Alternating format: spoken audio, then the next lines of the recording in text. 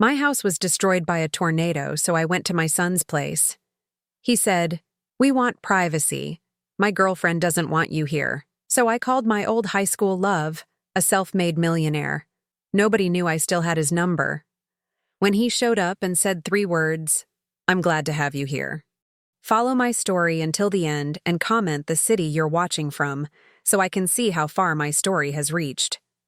My name is Wanda, and at 67 years old, I thought I had seen every kind of heartbreak life could throw at me. I was wrong. The tornado siren started wailing at 3:15 in the afternoon on a Tuesday that began like any other. I was in my kitchen, the same kitchen where I'd raised my son Marcus, preparing my usual afternoon tea. The weatherman had mentioned possible storms, but in Oklahoma, that was nothing new. We'd weathered dozens of them over the years. I should have paid more attention to the warnings. The wind picked up faster than I'd ever seen before. Within minutes, the sky turned an ominous green-black color that made my stomach clench with fear. I grabbed my emergency radio and heard the words that would change everything. Large tornado on the ground, moving northeast toward Meadowbrook subdivision. That was my neighborhood. I had maybe 10 minutes to gather what I could. My hands shook as I threw photo albums, important documents, and a few pieces of jewelry into a suitcase. 43 years of memories, and I could only save what fit in one bag. The wedding photo of Harold and me, Marcus's baby pictures, my mother's pearl necklace, everything else would have to stay. The basement felt different that day, colder, more final. I huddled in the corner, clutching Harold's old sweater, listening to what sounded like a freight train tearing through my world above. The house groaned and creaked, fighting against forces far stronger than the sturdy frame Harold had been so proud of when we bought it in 1980. Then came the silence, that awful, hollow silence that means everything you knew is gone. When I finally climbed those basement steps, my legs barely held me up. Where my living room used to be, there was sky. Just open sky and debris scattered like confetti after a cruel celebration. The kitchen table where Marcus used to do his homework was embedded in what remained of the garage wall. My rose garden, the one I'd tended for 20 years, looked like it had been put through a blender. I stood there in the ruins of my life, still wearing Harold's sweater, and cried for the first time since his funeral 8 years ago. The neighbors, who were lucky enough to still have houses, took me in that first night. Sweet Mrs. Patterson from next door insisted I stay with her, but her place was damaged too, and she had her own family to worry about. The Red Cross set up shelters, but the thought of sleeping in a gymnasium full of strangers made me feel even more lost than I already was. That's when I knew I had to call Marcus. My son lives about 45 minutes away in Tulsa, in a nice neighborhood with tree-lined streets and houses that all look like they belong in magazines. He'd moved there 5 years ago when he got promoted to regional manager at the insurance company. We weren't close, not the way mothers and sons are supposed to be, but he was all the family I had left. I used Mrs. Patterson's phone because mine was somewhere under what used to be my bedroom. My hands trembled as I dialed his number, a number I'd memorized but rarely used unless it was his birthday or Christmas. "Marcus, honey, it's Mom." My voice sounded smaller than I intended. "Mom? What's wrong? You sound upset." "The tornado hit the house, sweetheart. It's gone. Everything's gone." There was a pause that felt like forever. "Are you hurt?" "No, I'm okay, but I need somewhere to stay while I figure things out. Just temporarily." Another pause. "Of course, Mom. Of course. Come over. We'll figure this out." The relief that washed over me was so strong I nearly collapsed. My son would take care of me. Despite all our distance, all the missed calls and awkward holiday dinners, he was still my boy. I spent the next morning sorting through what could be salvaged from the debris. The insurance adjuster, a young man who looked like he'd rather be anywhere else, walked through what remained of my home with a clipboard and a camera. "Total loss," he said matter-of-factly, as if those 2 words didn't represent my entire life. "How much?" I asked, though I was afraid to hear the answer.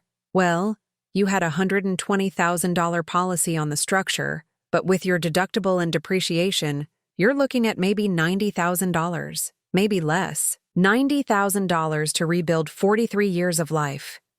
It seemed impossible. Mrs. Patterson helped me pack what little I'd managed to save into her car. 3 garbage bags of clothes that smelled like mud and disaster, one suitcase of photographs and documents, and Harold's toolbox that somehow survived in the garage. That was it. That was all I had left of the life I'd built. The drive to Marcus's house felt like traveling to a foreign country. Everything looked different when you had nowhere to go back to. The familiar landmarks, the gas station where I always bought my lottery tickets, the diner where Harold and I used to have breakfast on Sundays, they all seemed to belong to someone else's life now. Marcus's neighborhood was untouched by the storm. Perfect lawns, perfect driveways, perfect lives continuing exactly as they had the day before. I felt like an intruder carrying my disaster with me into their pristine world. His house was a 2-story colonial with white shutters and a red door that Sophia, his girlfriend, had picked out. I'd met her exactly 3 times in the 2 years they'd been together. She was 32 to his 41, worked at some marketing firm downtown, and had opinions about everything from the color of the walls to what kind of wine to serve at dinner. I parked Mrs. Patterson's car in their driveway and sat there for a moment, gathering my courage. This was temporary, I told myself. Just until I could figure out what came next. Just until the insurance money came through and I could find a small apartment somewhere. I never imagined that walking up to my son's front door with my 3 bags of belongings would be one of the hardest things I'd ever done. But as I raised my hand to knock, I felt a familiar sensation. The same hollow feeling I'd had when Harold died, like the ground was disappearing beneath my feet. I just didn't know yet how much further I was about to fall. Marcus opened the door before I could knock, like he'd been watching from the window. For just a moment, seeing his familiar face, Harold's eyes, my stubborn chin, made me feel like everything might be okay. He was my son, my only child. Surely blood meant something. "Mom." He stepped aside to let me in, but his voice held something I couldn't quite identify. Distance, maybe, or discomfort. Sophia appeared behind him almost immediately, like she'd been waiting in the wings. She was wearing white jeans and a silk blouse that probably cost more than I used to spend on groceries in a month. Her blonde hair was pulled back in one of those messy buns that somehow looked perfectly arranged, and her smile was the kind that never reached her eyes. "Wanda, how awful about your house," she said. But she was looking at my garbage bags, not at me. Marcus told me what happened. I set my bags down in their pristine entryway, suddenly aware of how I must look. My clothes still carried the smell of the disaster, wet wood, mud, and something else I couldn't name. Destruction, maybe. Loss. "It's just temporary," I said quickly, "just until I can get back on my feet." Marcus and Sophia exchanged a look. One of those wordless conversations that couples have, the kind that excludes everyone else in the room. I'd seen Harold and me do the same thing countless times, but from the other side it felt like being shut out of a club I didn't know existed. "Let's sit down and talk," Marcus said, leading me into their living room. Their house was beautiful in the way magazine homes are beautiful. Everything matched. Nothing was out of place. White furniture that looked like no one had ever actually sat on it. Glass coffee tables that reflected the light from windows so clean they seemed invisible. It was the kind of home that made you afraid to touch anything. I perched on the edge of their pristine sofa, my muddy shoes planted firmly on their spotless hardwood floors. Sophia noticed and winced slightly. "So what's the plan?" Marcus asked, settling into the chair across from me. Not next to me on the sofa where he could put his arm around his grieving mother, but across from me like we were conducting business. "Well, the insurance adjuster said it'll take a few weeks to process everything. Maybe a month. I was hoping I could stay here until then, just until I find a small apartment or something." The silence that followed lasted about 10 seconds too long. I watched Sophia's face change, saw her jaw tighten almost imperceptibly. She reached over and placed her hand on Marcus's arm, a gesture that looked supportive but felt possessive. "Mom," Marcus started, and I knew from his tone that whatever came next would break my heart. "The thing is, Sophia and I have been talking and we really value our privacy here. We work long hours, and this is our sanctuary, you know?" I blinked, not understanding. "I wouldn't be in your way. I'd stay out of your hair, help with cooking, cleaning. I wouldn't be any trouble." Sophia leaned forward, her voice gentle but firm. "It's not about trouble, Wanda. It's about space. This house, it's our first home together, and we're still finding our rhythm as a couple." "I'm his mother," I said, the words coming out sharper than I intended. Of course you are, Sophia replied smoothly. And that's exactly why we think you'd be more comfortable somewhere else. Somewhere you can have your independence while you rebuild. I looked at Marcus, waiting for him to contradict her, to remember that I was the woman who'd sat up with him through every fever, who'd worked double shifts to pay for his college textbooks, who'd held his hand through his divorce 3 years ago when his ex-wife left him for her personal trainer. Instead, he nodded.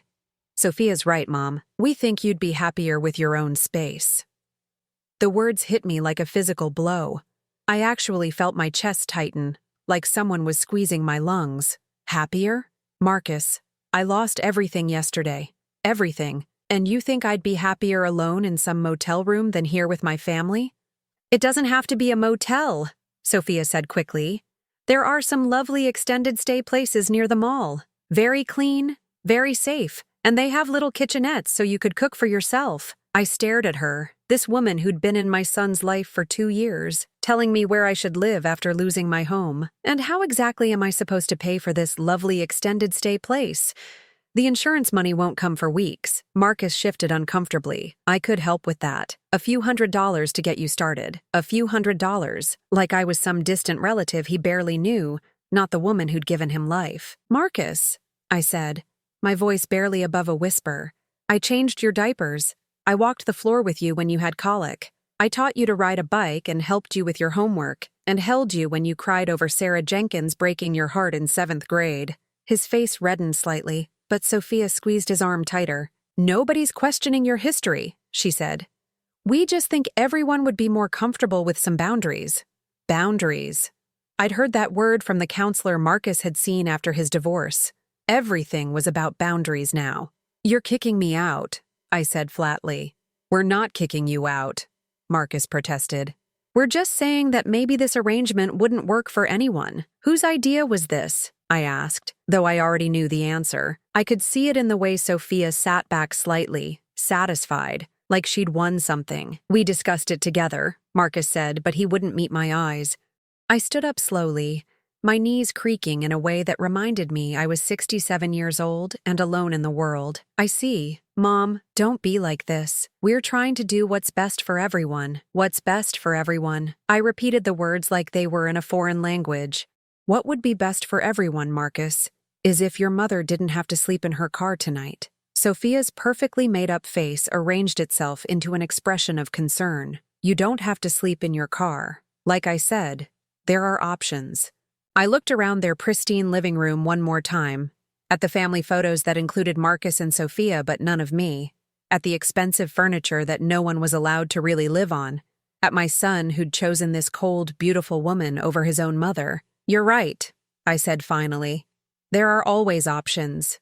I picked up my 3 garbage bags in Harold's toolbox, the weight of them seeming heavier now that I knew where I wasn't welcome. Marcus stood up, looking uncomfortable, but not uncomfortable enough to change his mind. I'll call you in a few days, he said, once you get settled somewhere. Don't bother, I said, surprised by how steady my voice sounded. I wouldn't want to intrude on your sanctuary. Sophia had the decency to look slightly ashamed, but not enough to speak up, not enough to say, wait, this is wrong. She's your mother.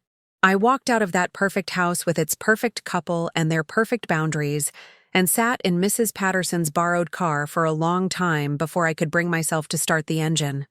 Through their front window, I could see Marcus and Sophia talking, probably about how difficult I was being, how much drama I was bringing into their peaceful lives. The irony wasn't lost on me. I'd spent years after Harold died telling myself I was strong, independent, that I didn't need anyone. Now, when I actually needed help, I discovered that independence is a luxury you can only afford when you have choices. I drove to the Walmart parking lot and sat there as the sun went down, trying to figure out where a 67-year-old woman with $93 in her purse and 3 bags of tornado-damaged belongings was supposed to sleep. The car was getting cold, and I had maybe 2 hours before the security guard would notice me and ask me to move along. That's when I remembered the business card I'd been carrying in my wallet for almost 50 years, yellow with age and soft from being handled. A card I'd never thought I'd actually use, from a boy I'd loved when the world was young and everything seemed possible. James Morrison.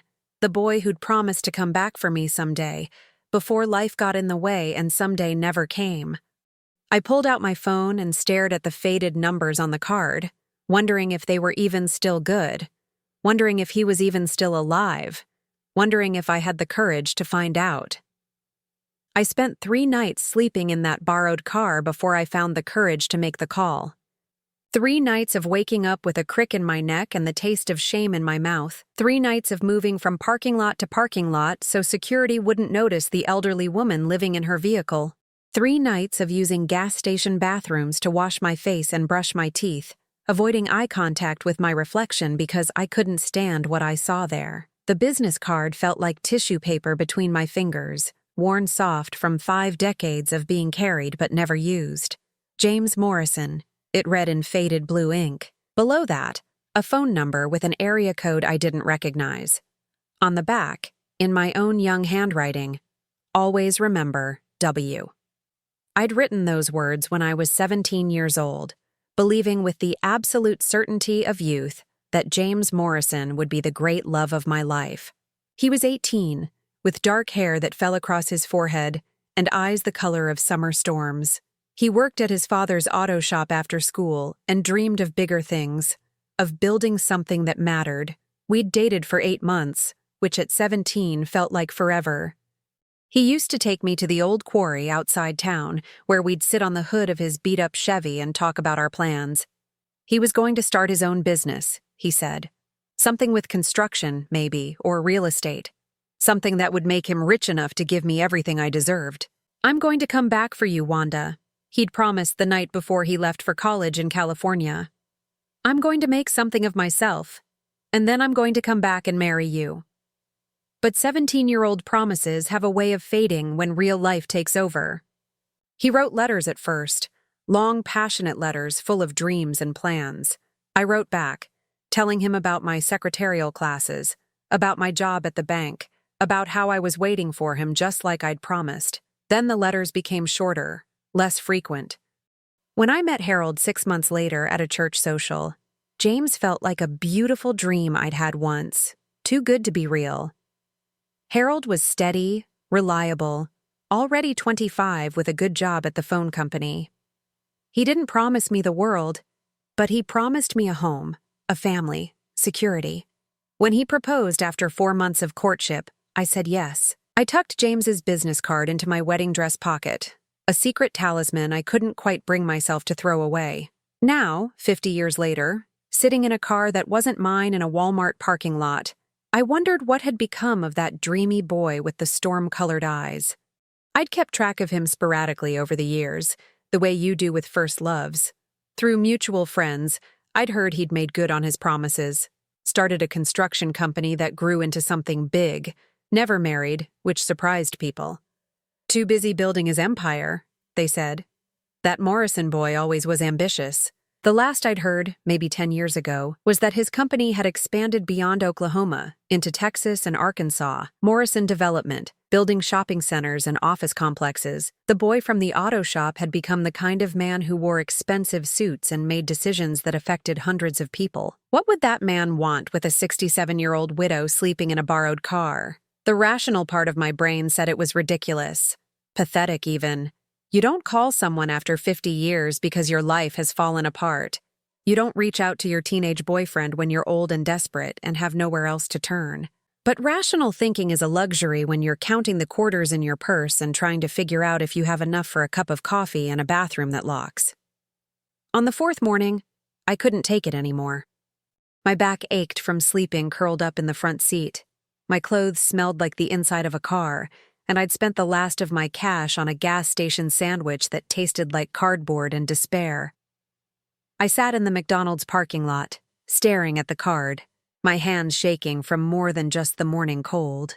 What would I say? "Hi, James. Remember me? I'm homeless now. Can you help?" The number on the card was probably disconnected, or it would ring to some secretary who would politely inform me that Mr. Morrison was far too important to take calls from random women claiming to know him from high school. But what if it wasn't? What if he answered? My heart pounded as I dialed the number, each digit feeling like a step off a cliff. It rang once, twice. "Morrison Development, this is James." His voice, deeper now, weathered by time and responsibility, but unmistakably his. After 50 years, I would have recognized that voice anywhere. I almost hung up, almost pressed the end call button and drove away to figure out some other solution. But something in his tone, some warmth that seemed to reach through the phone and wrap around me like a blanket, made me speak. James, this is Wanda. Wanda Sullivan.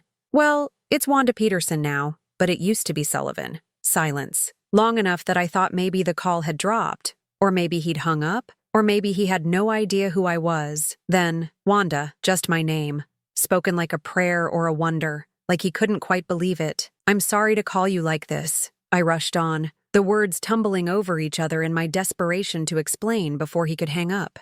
I know it's been a long time, and I probably shouldn't be calling, but I didn't know who else. Where are you? He interrupted, his voice sharp with concern. I'm in Tulsa. Well, sort of. I'm in a parking lot in Tulsa, and I know this sounds crazy, but my house was destroyed in the tornado last week, and my son, he doesn't want me to stay with him, and I don't have anywhere to go. The words came out in a rush, each one harder than the last to say. Admitting that your own child had turned you away was like admitting you'd failed at the most fundamental part of being human. Give me your location, James said, his voice all business now. I'm coming to get you. You don't have to do that. I don't know why I called. I guess I just needed to hear a friendly voice. Wanda. His tone brooked no argument. Tell me where you are. I'm already walking to my car. Through the phone, I could hear the sound of a door closing, an engine starting. He was really coming. This man I hadn't spoken to in 50 years was dropping whatever important business he'd been conducting to rescue me from a McDonald's parking lot. I gave him the address, my voice barely above a whisper. James, I'm not the girl you remember. Neither am I, he said. And I could hear the smile in his voice, but I've been waiting 50 years for this call. After we hung up, I sat in that parking lot for 2 hours, alternating between panic and disbelief. What was I doing? What were we doing? This was insane. You couldn't just pick up relationships after 5 decades like you were continuing a conversation from yesterday. But as I watched the entrance to the parking lot, waiting for a car I wouldn't recognize carrying a man who might not recognize me, I felt something I hadn't felt since the tornado sirens first started wailing. Hope. Maybe it was foolish hope. Maybe it would lead to more disappointment, more heartbreak. But it was hope nonetheless, and at 67 years old with nothing left to lose, hope was worth the risk. At 11:37 exactly, a silver Lexus pulled into the parking lot, moving slowly like the driver was looking for something, or someone. I watched through my windshield as the car approached, my heart hammering against my ribs like a bird trying to escape its cage. The windows were tinted, so I couldn't see inside, but something deep in my chest told me this was him. The car stopped 3 spaces away from mine, and the driver's door opened. Even after 50 years, even with gray hair and lines around his eyes, even carrying the weight of decades I hadn't shared with him, I knew him immediately. James Morrison stepped out of that car like he was stepping out of my dreams, and when his eyes found mine through my windshield, the years collapsed between us like they'd never existed at all. James walked toward my car with the same easy confidence he'd had at 18, but now it was refined, polished by success and maturity. He wore dark jeans and a navy sweater that probably cost more than I used to spend on groceries in a month, but his eyes, those storm gray eyes that had haunted my dreams for decades, were exactly the same. I wanted to hide, wanted to sink down in my seat and pretend this wasn't happening. I looked terrible. My hair hadn't been properly washed in 4 days, my clothes were wrinkled from sleeping in them, and I smelled like disappointment and desperation. But he was already at my car door, tapping gently on the window with a smile that made my heart skip like I was 17 again. I rolled down the window, suddenly unable to breathe. "Hello, Wanda," he said softly. Up close, I could see the changes time had made. His dark hair was silver now, cut short and professional. Lines mapped the corners of his eyes and bracketed his mouth. He was broader through the shoulders, more solid, like success had given him physical weight along with everything else. But when he smiled at me through that car window, I saw the boy who used to drive me to the quarry and tell me about his dreams. "Hi," I managed, my voice barely a whisper. He studied my face for a long moment. those gray eyes taking in every detail. I wanted to apologize for how I looked, for how far I'd fallen, for calling him after all these years with nothing to offer but problems. Instead, he said 3 words that changed everything. "You look beautiful." I started crying. Right there in that McDonald's parking lot, with James Morrison standing beside my borrowed car, I broke down completely. 50 years of held-back tears, 4 days of sleeping rough, a lifetime of being told I wasn't enough. It all came pouring out in ugly, gasping sobs that I couldn't control. He didn't say anything else, didn't try to shush me or tell me everything would be okay. He just opened my car door, helped me out, and wrapped his arms around me while I fell apart against his chest. He smelled like expensive cologne and clean laundry, like success and stability, like everything I'd lost and everything I'd never had. His sweater was soft against my cheek, and his arms were strong around my shaking shoulders. "I'm sorry," I gasped against his chest. "I'm so sorry, James. I shouldn't have called. I shouldn't have dragged you into this mess." "Shh," he murmured, his hand stroking my back. "You should have called years ago." When the tears finally stopped, I pulled back to look at him, embarrassed by the wet spot I'd left on his expensive sweater. I must look like a disaster. He reached up and brushed a tear from my cheek, his touch gentle as a whisper. "You look like someone who's been through hell and survived it. That's not disaster, Wanda. That's strength." I laughed, but it came out shaky and bitter. "Strength? I'm 67 years old, sleeping in a borrowed car because my own son doesn't want me. That's not strength. That's pathetic." His jaw tightened, and for a moment I saw a flash of the anger he was trying to hide. "Your son is an idiot. You don't know him. I don't need to know him." "I know you." He paused, his hand still resting gently on my shoulders. "Or at least I knew you, and the Wanda Sullivan I knew would never turn away someone in need, especially not family." The way he said my maiden name, like it was something precious he'd been keeping safe all these years, made my chest ache with longing for the girl I used to be. "That was a long time ago," I said. "I'm not that girl anymore." "Maybe not," he agreed. "But I'd like to get to know the woman she became." He helped me gather my pathetic belongings from the car, the 3 garbage bags, Harold's toolbox, my purse with its meager contents. If he was appalled by how little I had left, he didn't show it. He loaded everything into the back of his Lexus like my tornado-damaged clothes and broken memories were precious cargo. "Where are we going?" I asked as he opened the passenger door for me. "Home," he said simply. The drive took 45 minutes, winding through increasingly affluent neighborhoods, until we reached an area I'd never seen before. Rolling hills dotted with estates hidden behind stone walls and iron gates. Trees that looked like they'd been professionally placed, mailboxes that probably cost more than most people's cars. James turned into a long driveway marked only by a small brass placard that read, "Morrison." The driveway curved through mature oaks and manicured gardens before opening into a circular drive in front of a house that took my breath away. It wasn't ostentatious or showy. It was elegant in the way that real money is elegant, understated, confident, built to last. Stone and timber, with tall windows that caught the afternoon light, and a wraparound porch that invited you to sit and stay a while. "James," I breathed, staring up at this monument to everything he'd accomplished. This is incredible."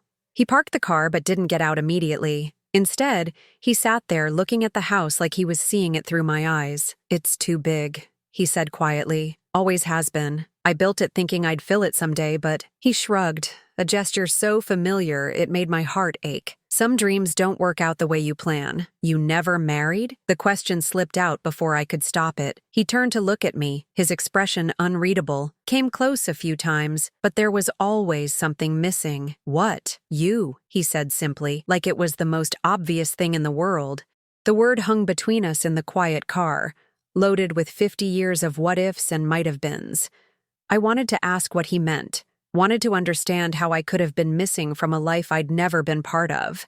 But before I could find the words, he was getting out of the car, coming around to open my door. The house was even more impressive inside. Hardwood floors that gleamed like honey, ceilings that soared overhead, furniture that looked like it belonged in architectural magazines. But it didn't feel cold or museum-like. There were books everywhere, comfortable reading chairs positioned near windows, photos scattered on side tables. It felt like a home where someone actually lived, not just a showcase for success. "Are you hungry?" James asked, leading me into a kitchen that was bigger than my entire living room had been. I was just about to make lunch when you called. I realized I was starving. The gas station sandwich from yesterday felt like a week ago, and my stomach was cramping from emptiness and nerves. "I don't want to be any trouble," I started, but he cut me off with a look. "Wanda, stop. You're not trouble. You're—" He paused, searching for words. "You're the answer to a question I've been asking for 50 years.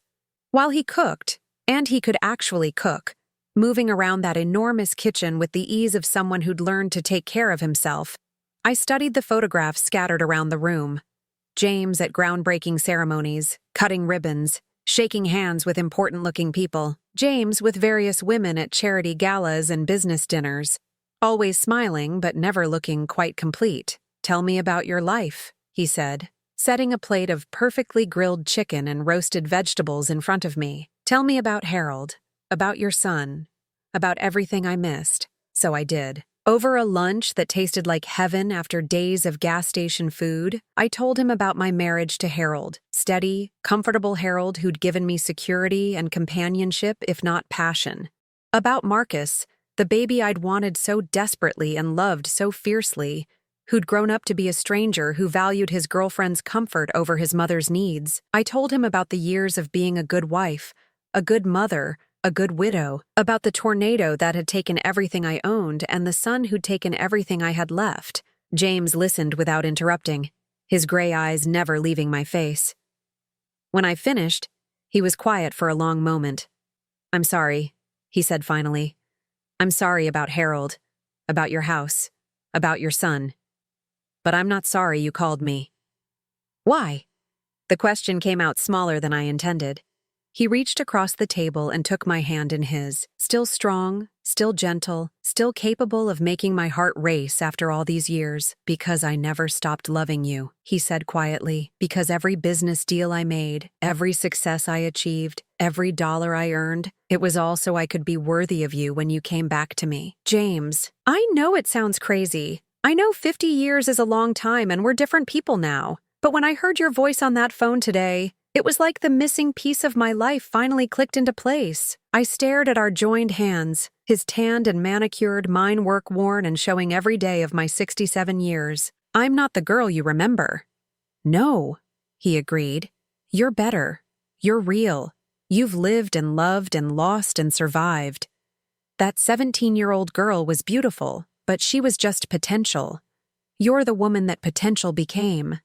The words settled around my heart like a warm blanket, healing wounds I didn't even know I still carried. For the first time in longer than I could remember, I felt seen, not as someone's mother or someone's wife or someone's burden, but as myself. "What happens now?" I asked. James smiled, that same devastating smile that had made me fall in love with him when the world was young. "Now we figure out what the rest of our lives look like. Together, if you'll have me." As I sat in his beautiful kitchen, full of good food and possibility, I realized that sometimes the tornado that destroys your old life is just making room for the life you were always meant to have. Living with James was like discovering a version of myself I'd forgotten existed. The first week was awkward, tiptoeing around each other like polite strangers sharing space.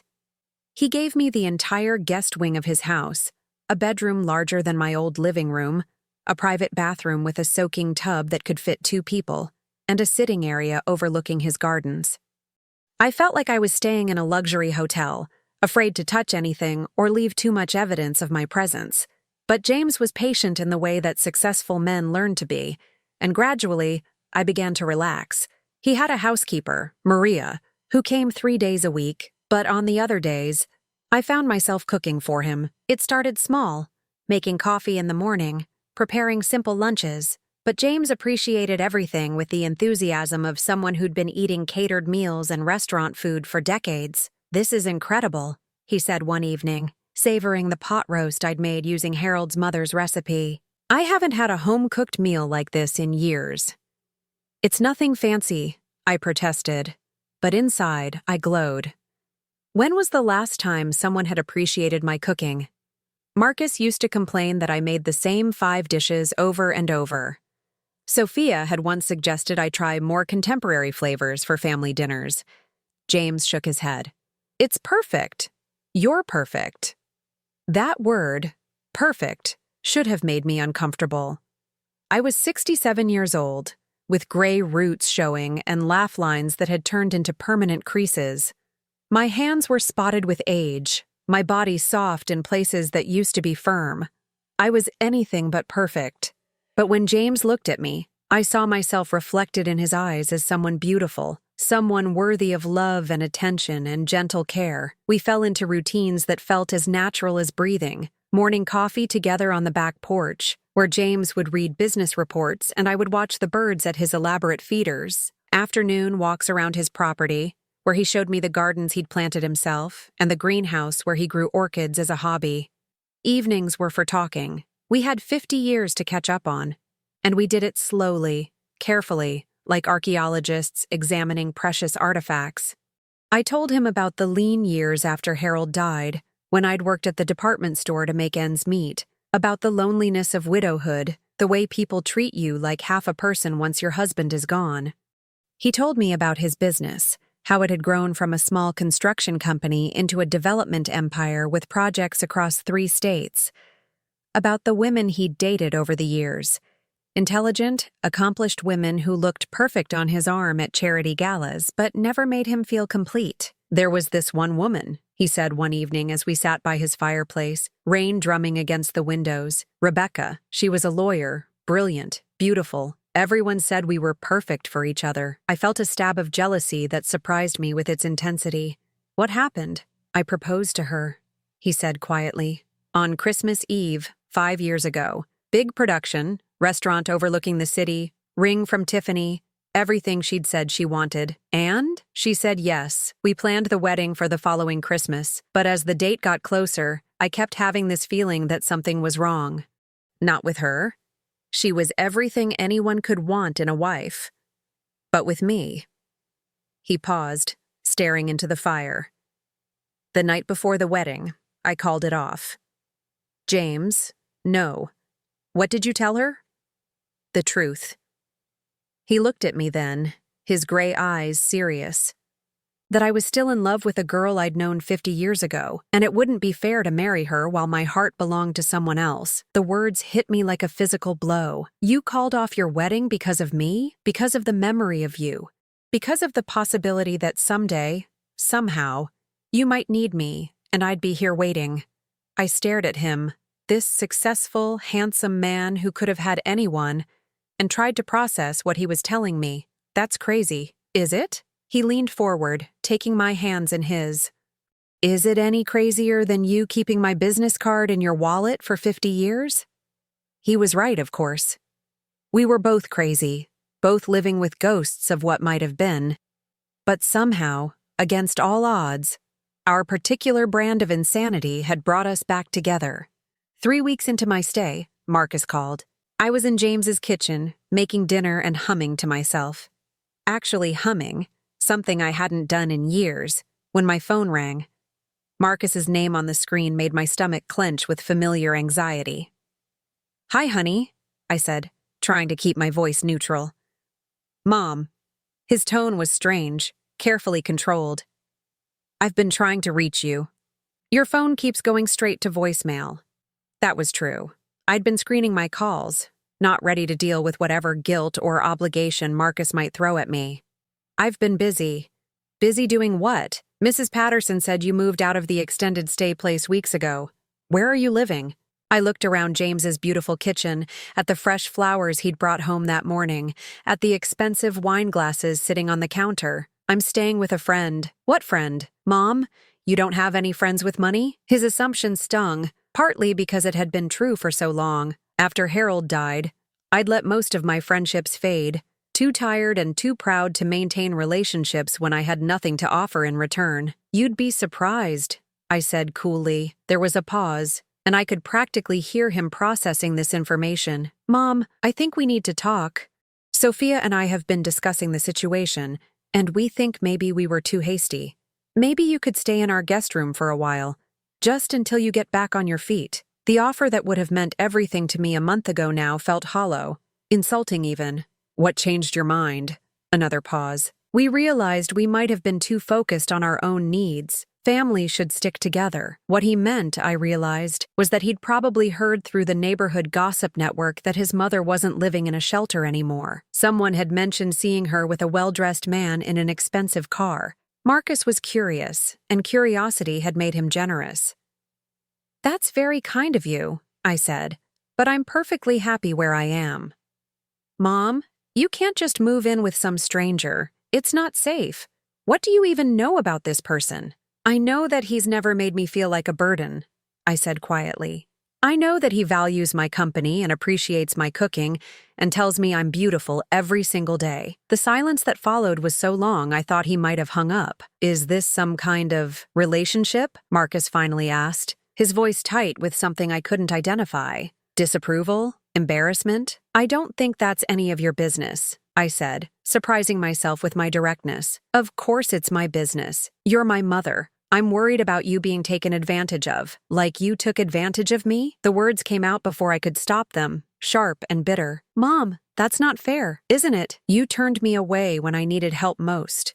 You chose your girlfriend's comfort over your mother's safety.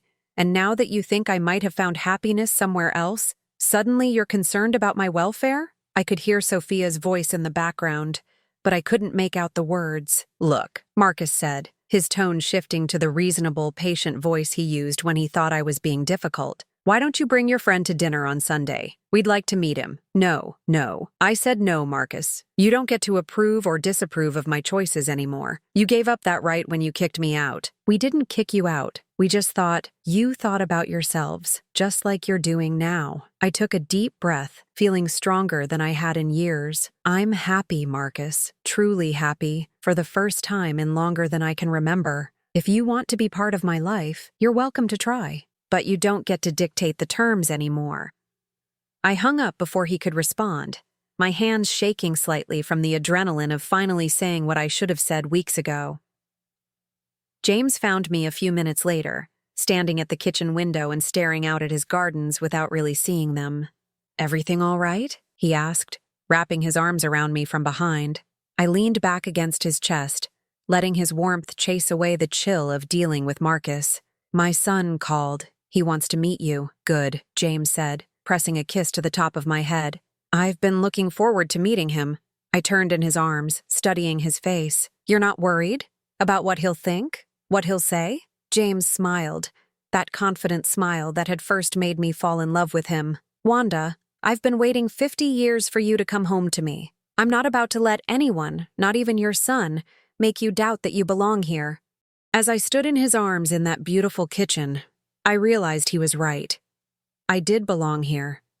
Not because of his money or his house or his success, but because of the way he looked at me like I was the answer to every prayer he'd ever whispered. For the first time since the tornado, I felt like I was exactly where I was supposed to be. The wedding was nothing like my first one. When I married Harold 48 years ago, it was all about what other people expected. White dress, church ceremony, reception at the community center with a DJ and a cash bar. We invited everyone we knew and several people we didn't particularly like, because that's what you did. You performed the ritual for the community, not for yourselves.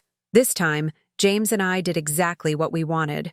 The ceremony took place in his back garden on a crisp October morning, 6 months after that phone call in the McDonald's parking lot. The minister was an old friend of James's, and the only witnesses were Maria the housekeeper and Thomas, James's business partner and best friend for 30 years. I wore a simple blue dress that James said brought out my eyes, and he wore a charcoal suit that made him look distinguished and handsome. No fuss, no fanfare, no stress about impressing anyone. Just two people who'd found each other again after half a century, promising to spend whatever time they had left together. Marcus came to the wedding. I'd debated whether to even invite him, but James convinced me to try one more time. "He's your son," he said simply. "You'll regret it if you don't give him the chance to do the right thing." So I called him 2 weeks before the ceremony. "James and I are getting married," I said without preamble. October 15th at 2 o'clock. You're welcome to come, but Sophia isn't invited. The silence on the other end stretched so long I thought he might have hung up. Mom, he finally said, you barely know this man. I've known him longer than I knew your father when I married him. That was different. You were young then. Yes, I was. And I made choices based on what I thought I should do, not what I wanted to do. I'm not making that mistake again. Another pause. What about Sophia? She's part of my life. If you can't accept her, I can accept her, I interrupted. But I won't be manipulated by her. She made it clear that I wasn't welcome in your home when I needed help. Now she's not welcome at my wedding. Actions have consequences, Marcus. He showed up alone, looking uncomfortable in a suit that probably cost more than my monthly grocery budget used to be. He shook hands with James politely, made appropriate small talk, and even managed to smile when the minister pronounced us husband and wife. But I could see the calculation in his eyes, the way he took inventory of James's house, his car, the obvious markers of wealth. This wasn't about supporting his mother's happiness. This was about positioning himself for whatever might come next. After the ceremony, as we sat around James's dining table sharing the simple lunch Maria had prepared, Marcus cleared his throat. So, James, he said with the kind of forced casualness that immediately put me on alert. Mom mentioned you're in development. That must be interesting work.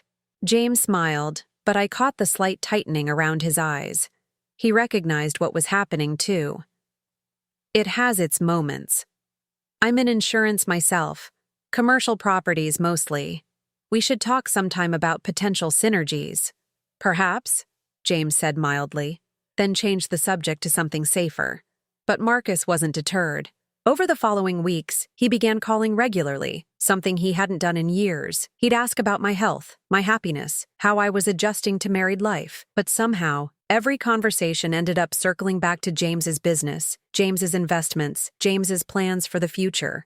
The worst part was watching him try to charm James during our occasional dinners together. Marcus had inherited his father's natural salesmanship, and he deployed it like a weapon, regaling James with stories designed to show what a devoted son he was, how much he'd always appreciated everything I'd done for him. It was all lies, of course. Revisionist history designed to position himself as the loving child who deserved to benefit from his mother's good fortune. James saw through it immediately, but he was too polite to say anything directly. Instead, he'd squeeze my hand under the table during Marcus's performances, a silent reminder that he understood exactly what was happening.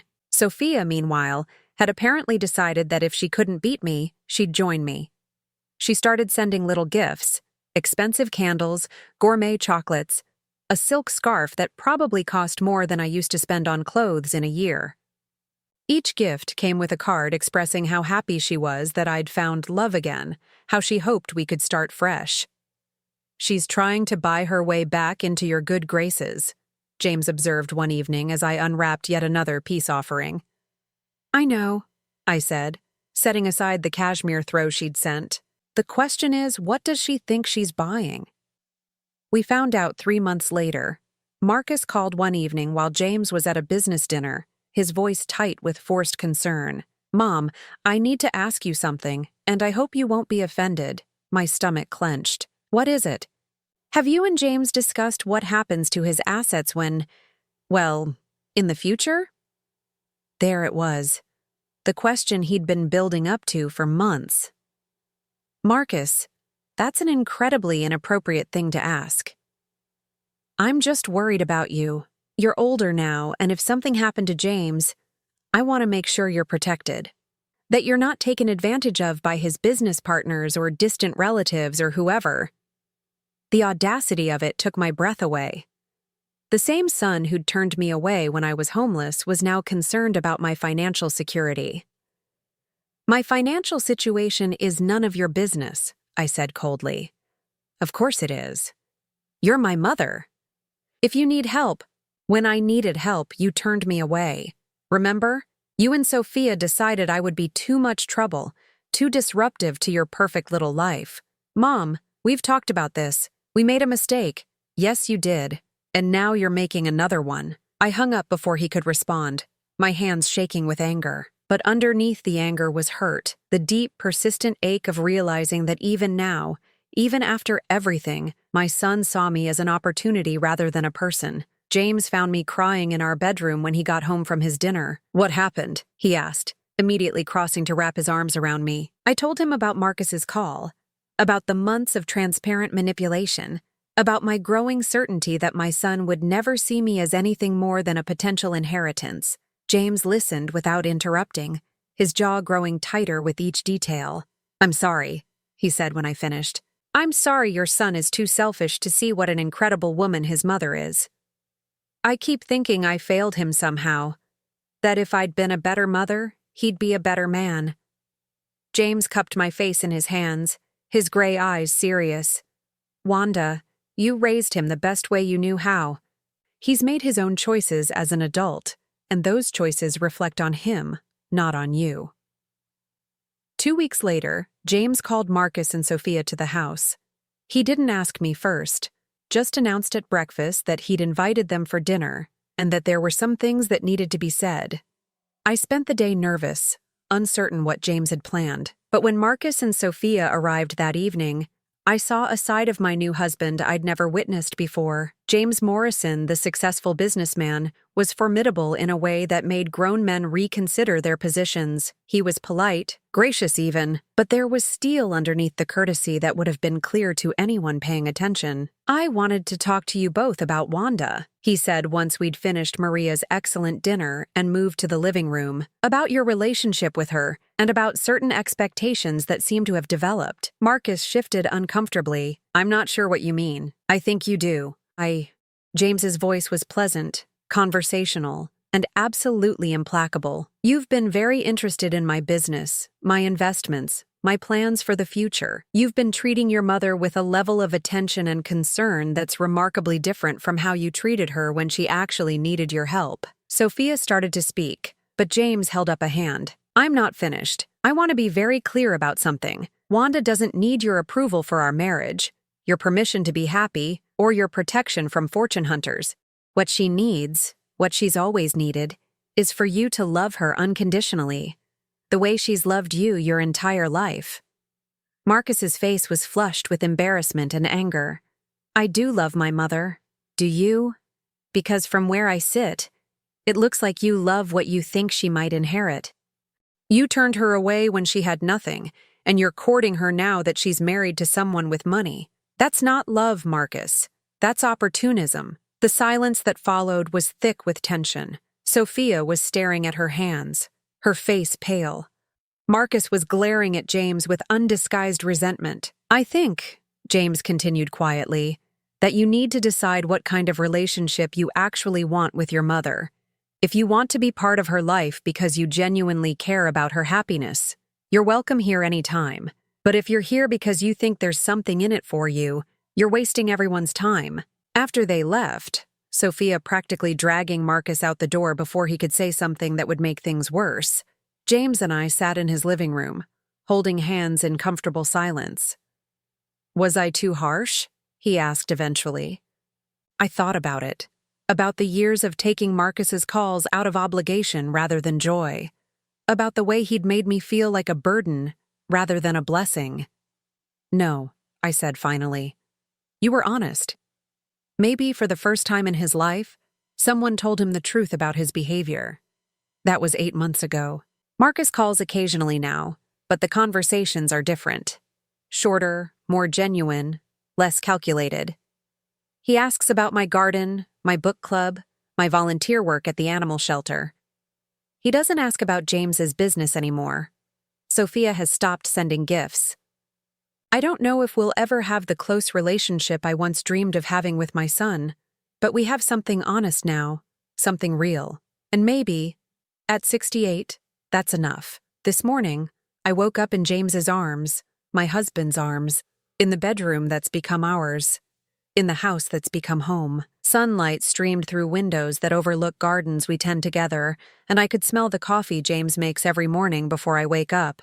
At 68 years old, I'm happier than I've ever been. Not because of James's money or his beautiful house or his success, but because someone sees me, really sees me, and chooses to love what he sees. The tornado took my old life, tore it apart, and scattered the pieces.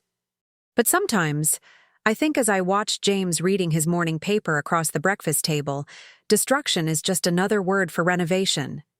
Sometimes you have to lose everything you thought you wanted to find everything you actually needed. And sometimes, if you're very lucky, first love gets a second chance to become forever love. The business card I carried for 50 years is framed now, sitting on James's desk in his study. A reminder that some promises are worth keeping, even when it takes half a century to fulfill them, especially then. Now I'm curious about you who listened to my story. What would you do if you were in my place? Have you ever been through something similar? Comment below, and meanwhile, I'm leaving on the final screen 2 other stories that are channel favorites, and they will definitely surprise you. Thank you for watching until here.